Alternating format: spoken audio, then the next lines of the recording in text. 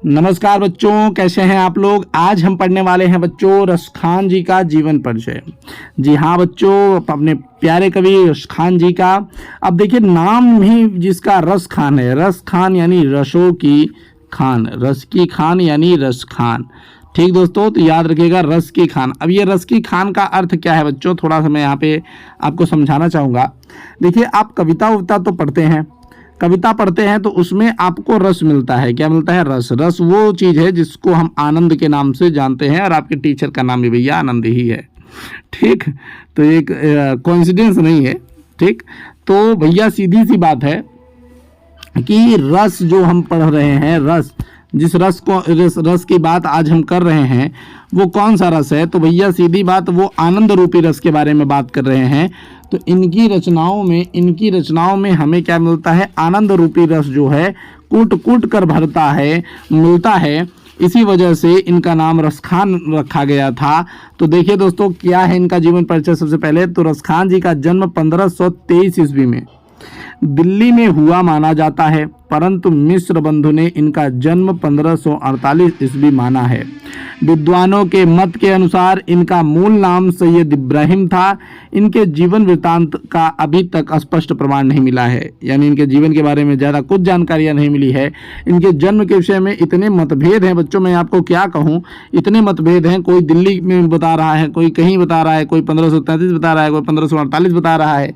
ठीक, कोई भैया बहुत ज़्यादा इनके दिक्कत है, क्योंकि इन्होंने भैया बहुत कम चीज़ों को लिखा है, इसलिए थोड़ा सा दिक्कत यहाँ पे हो जाता है। ठीक, तो अपने बारे में ही लिखा ही नहीं है, एक तरीके से ये समझ लीजिए। अब परंतु विद्वानों के मत के अनुसार इनका संबंध दिल्ली राजवंश से माना जाता है। रसखान कृष्ण भक्त थे। उनकी रचनाओं में रसों का खान मिला, जिससे उनका नाम सैयद इब्राहिम रसखान पड़ गया। उन्होंने गोकुल में जाकर श्री कृष्ण के भजन कीर्तन में अपना मन लगाया। अब सोच लीजिए, थे मुस्लिम पर भगवान श्री कृष्ण के ही भक्त निकले, अपना मन लगाया। इनकी कृष्ण भक्ति से प्रभावित होकर गोस्वामी विट्ठलनाथ जी ने इन्हें अपना शिष्य बनाया और वल्लभ संप्रदाय के अंतर्गत पुष्टि मार्ग की दीक्षा दी। वैष्णव धर्म में दीक्षा लेने पर इनका लौकिक प्रेम अलौकिक प्रेम हो गया और यह रसखान अब श्री कृष्ण के परम भक्त हो गए। और इनका देहांत 1618 ईस्वी में, इनका जो मृत्यु था वो 1618 ईस्वी के करीब हुआ।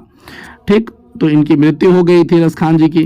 तो जीवन परिचय तो इनका इतना ही छोटा रहेगा बच्चों, क्योंकि बहुत ज़्यादा कुछ इनके बारे में अभी तक पता नहीं चला है। तो मैं आपसे एक बात जरूर कहूँगा कि लाइक कमेंट तो करिए, परंतु बच्चों अपने सिटी का नाम जरूर लिखिए कि आप किस शहर से इसे देख रहे हैं, कि हमें भी पता चल सके कि हमारा बच्चा कहाँ देख रहा है। साहित्यिक परिचय की बात कर लेते हैं। तो साहित्यिक परिचय में रसखान जी की श्री कृष्ण के परम भक्त थे, जिसके कारण उन्होंने श्री कृष्ण की भक्ति में अनुरक्त होकर अपने काव्य का सृजन किया। अरबी और फारसी का इन्होंने अध्ययन किया था। यह अत्यंत भावुक प्रकृति के थे। कृष्ण के प्रति अनंत प्रेम ने ही इन्हें कवि के रूप में पहचान दिलाई, यानी भगवान श्री कृष्ण के ही रूप में, कि ये उनके बहुत बड़े भक्त हैं। उनकी सारी रचनाओं को पढ़ा गया। ठीक, तो उन्होंने बाल रूप से लेकर उनके यौवन तक मोहक रूप, उनके मोहन रूप के अनेक कविताएं लिखी। रसखान जी की रचनाओं में सभी प्रकार के रस समाहित होते थे, या हम कह सकते हैं कि उनकी सभी रचनाओं में रसों की खान मिलती थी, जिसके कारण उनका नाम रसखान पड़ गया था। बात आई समझ में दोस्तों। तो इतना आपको साहित्यिक परिचय में लिख देना है। उसके बाद इनकी रचनाओं में देखिए, रचनाओं में इनके ज़्यादा कुछ मिलता नहीं है। सुजान रसखान मिल जाता है, प्रेम वाटिका मिल जाता है, बाल लीला और अष्टायाम, तो ये इनकी रचनाएं हैं कुछ।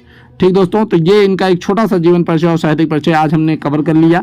तो वीडियो को लाइक ज़रूर करिए और अपनी सिटी का नाम हमें लिख के ज़रूर सेंड करिए। धन्यवाद दोस्तों, मिलेंगे आपसे अगली वीडियो में। तब तक के लिए जय हिंद, जय भारत।